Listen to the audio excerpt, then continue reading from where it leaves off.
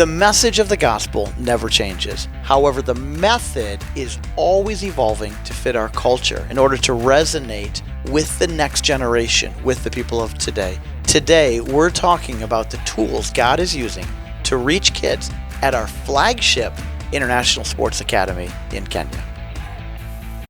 This is More Than Sports.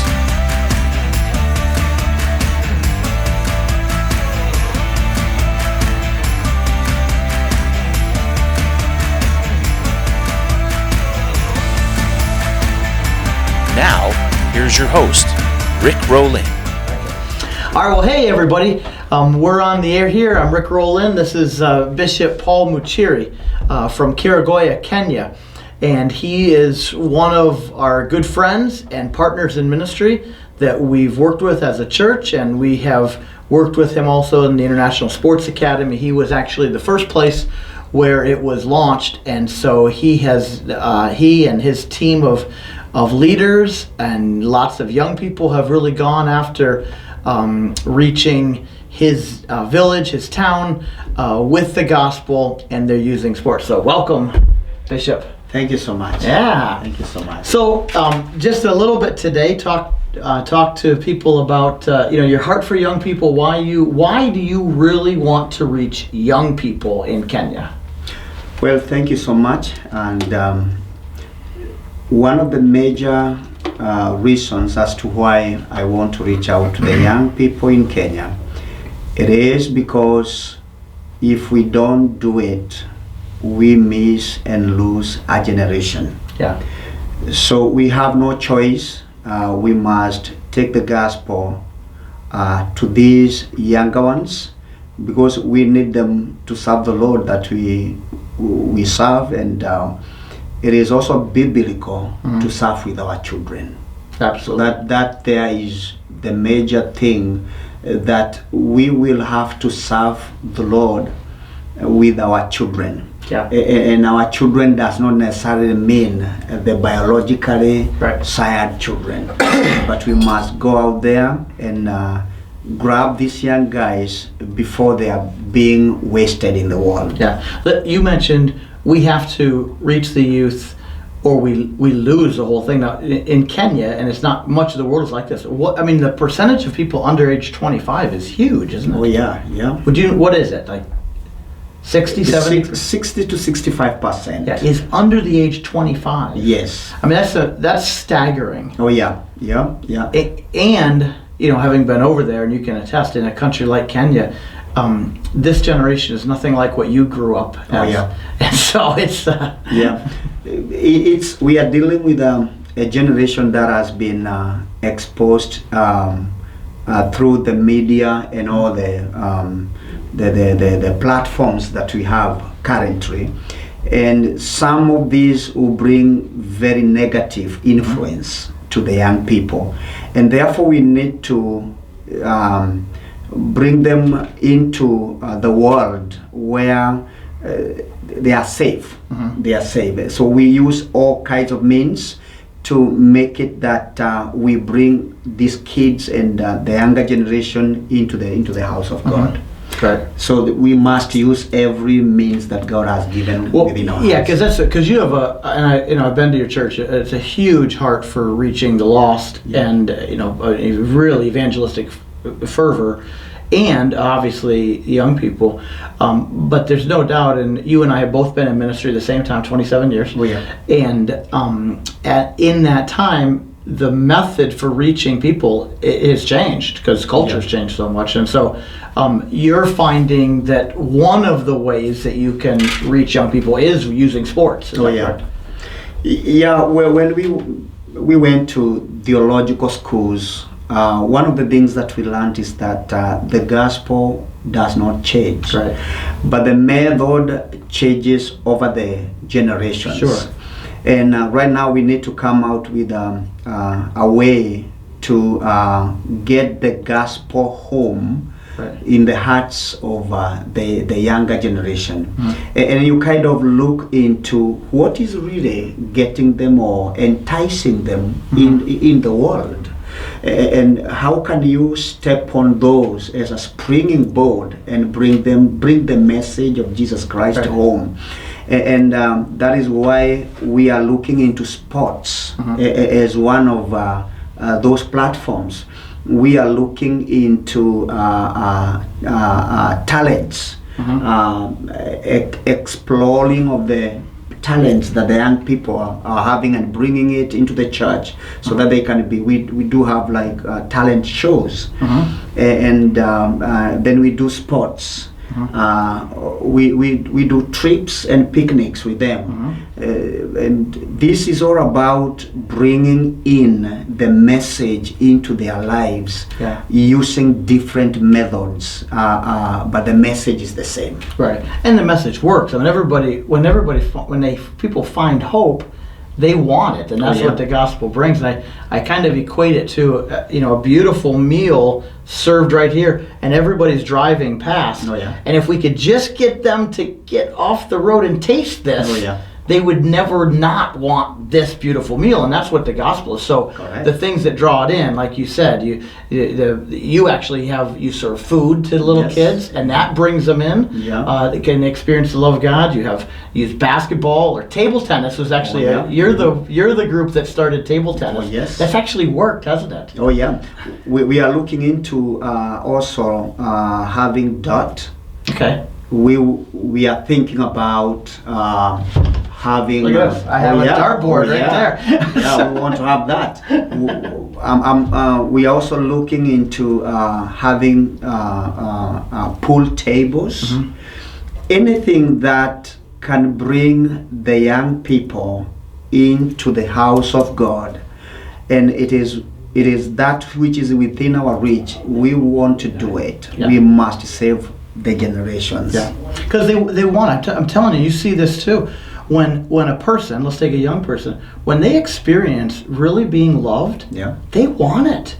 And when they experience the love of God, they want it. It's just the disconnect between the message and the one who needs it. And so we're connecting those things. And so and of course you oversee multiple other churches and really working with them. And see, it's such a shift. And this is the thing is, some of you are praying for the nations, and I believe one of the key things to be praying for is the world has changed so much. And you and I have been in this for almost 3 decades. And the world has changed so much. And if a leader who's been in this for 3 decades isn't willing to make some changes, we're just done. Absolutely. And I think of your daughter was born in 2001. Okay. So think of the life she has lived and the life you lived when you were her age. Quite different. Completely different. Completely different. And yet we're trying to reach those people. I think to some point, the church that we do today, according to them, it is boring, and therefore we must. And that is one of the reasons as to why they don't see a reason to wake up in the morning on a Sunday morning and get into the church, because simply the church is boring. It is not boring because it is boring. It is boring because times and seasons have changed, and therefore we must come out with ways in which to make it feel okay and not boring to them.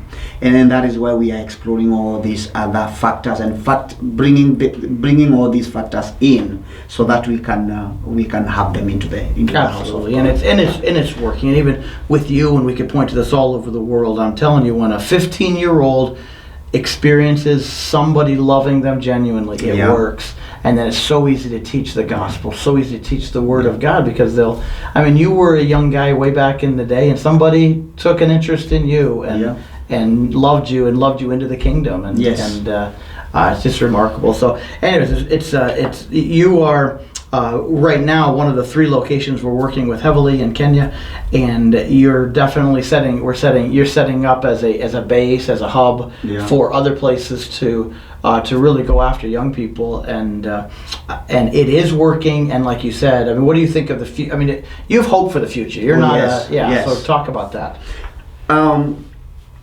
One of the things that we need to do is to be optimistic that tomorrow will be better. We will leave this world better than the way it is right now. And we need to figure out that a day is coming when we will exit the ministry. And God will or does not operate in a vacuum. So there must be somebody who will be stepping up after we are gone.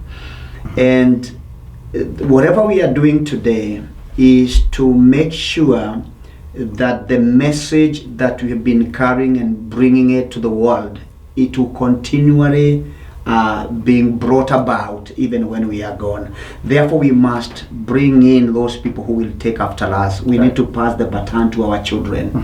And when Moses was leaving Egypt, one of the conditions that he gave to Pharaoh was that we are not leaving behind anything. Right. Because we especially never know. not the women and children. Oh, yeah. Right? That's what he wanted. Just the men go. No. Yeah. We're not leaving. That's good. We are carrying with us everything that belongs to us, because he would cite the continuity. And that is what we are doing, and we are optimistic about the future, and we believe that it is gonna be brighter even than our days, because these kids being prepared and well fashioned, they can run faster than we do. They have all the technology in their hands. They have all the energy. If they can be able to get the vision and run with it, they will run faster. Absolutely. And you're talking, and I've been over there and seen this. You don't have any universities in your town, but somehow you have become a magnet for university students. Well, yes. It's quite an interesting thing. It's a good principle. When you open up your hearts to people, they'll open up you open up your hearts and your arms to people, they'll open up their life to you. And so, I was in, you somehow got us into Kenyatta University and working with all these great young people there who are on fire for Jesus. But they are, so many of them are flocking to you. Some of them are jumping on a bus and riding an hour to spend a weekend at your place because they want fathers. They're desperate for fathers and for mothers. And so, that's so much the heart of all the things we're doing, fathering another generation and bringing them in, and that whole discipleship. And that one young lady, she literally, I think lives an hour away and gets on a bus and comes there every weekend. It's like, wow, that's serious thing. I think the whole picture here is about hope, because the world is hopeless. Right. Regardless of where you stand, or regardless of the way you look at it. So what people are looking for, the young and the old, they are looking for hope. So if we can be able to provide that, which I think it is not too much to provide, then we have the world. We have our people in our churches. So in whatever it is, whether it's a bowl of porridge which you feed your young kids, whether it's a basketball, whether it's a picnic, all those things are touch points so we can offer the hope that's found in Jesus Christ. And the word says hope does not disappoint, and it doesn't disappoint. And so we got it's an exciting future for sure. Anyways, thanks for coming. And hopefully, like you said, we here host a team that comes over from Kerugoya in the future. And that would be my desire. Yeah, that'd be fantastic. Thank you so much. All right, man. God bless you. Thanks you all. Bye. God bless you. All right. Hey, if you like what you're hearing on the More Than Sports podcast, there's lots more episodes and notes, and you can listen again and share with your friends. And here's how you go. You go to morethansports.net. Morethansports.net. You'll see a lot of things there. If you do now, we're giving away some gear. Got some long sleeve t-shirts we're giving away and some other things. And so we certainly appreciate your support and sharing this and letting people know about it. Check us out, morethansports.net from the International Sports Academy. We appreciate your viewership.